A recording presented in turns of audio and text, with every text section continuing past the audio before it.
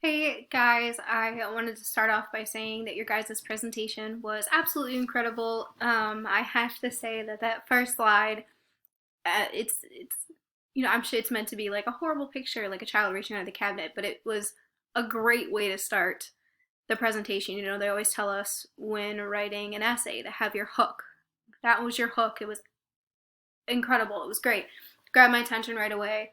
And then being able to hear you guys speak throughout the slides, you weren't rushing, you weren't reading verbatim off the slides, which is super helpful for an audio learner like myself. Um, it's the best case scenario, I should say. Um, so I really wanted to focus in on the plants aspect because, you know, growing up, we always heard that poinsettias were like harmful to cats. You know, you always heard like what was poisonous for your cat or your dog, like don't feed your dog grapes, don't feed your dog chocolate, things like that. But I never really realized how many plants were poisonous to children. And granted, it's not like the actual plant themselves, which I found extremely comforting because I'm reading through these and I'm like, I ate apples as a kid too. But, you know, it's like the apples, the leaves and stems of most of the plants, but, you know, the holly berries that you see outside in the woods, like those little red ones, like you don't eat those. I remember my dad was always like, if it smells like that, you don't eat it. And you would squish it and it would have a very distinct smell, so you always do not to eat those. Um, to not eat the ivy leaves and berries, the mistletoe, which is funny because you know during Christmas everybody has mistletoe.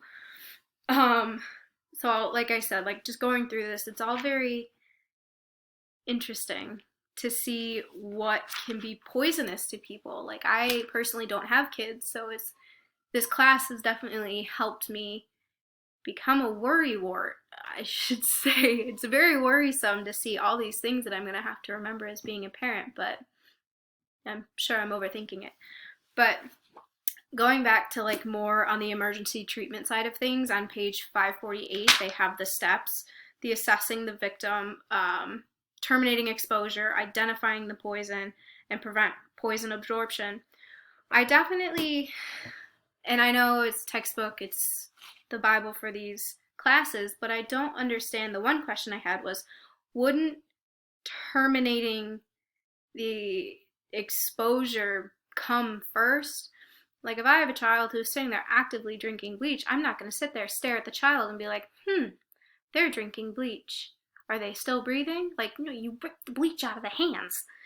But I always remember working as a CLS therapist in homes, we had checklists that we would have to go through every day to identify where the caustic agents were. Where was the bathroom sprayer with the bleach? Was it high enough to where these people couldn't get it? Was it locked away so they couldn't get to it?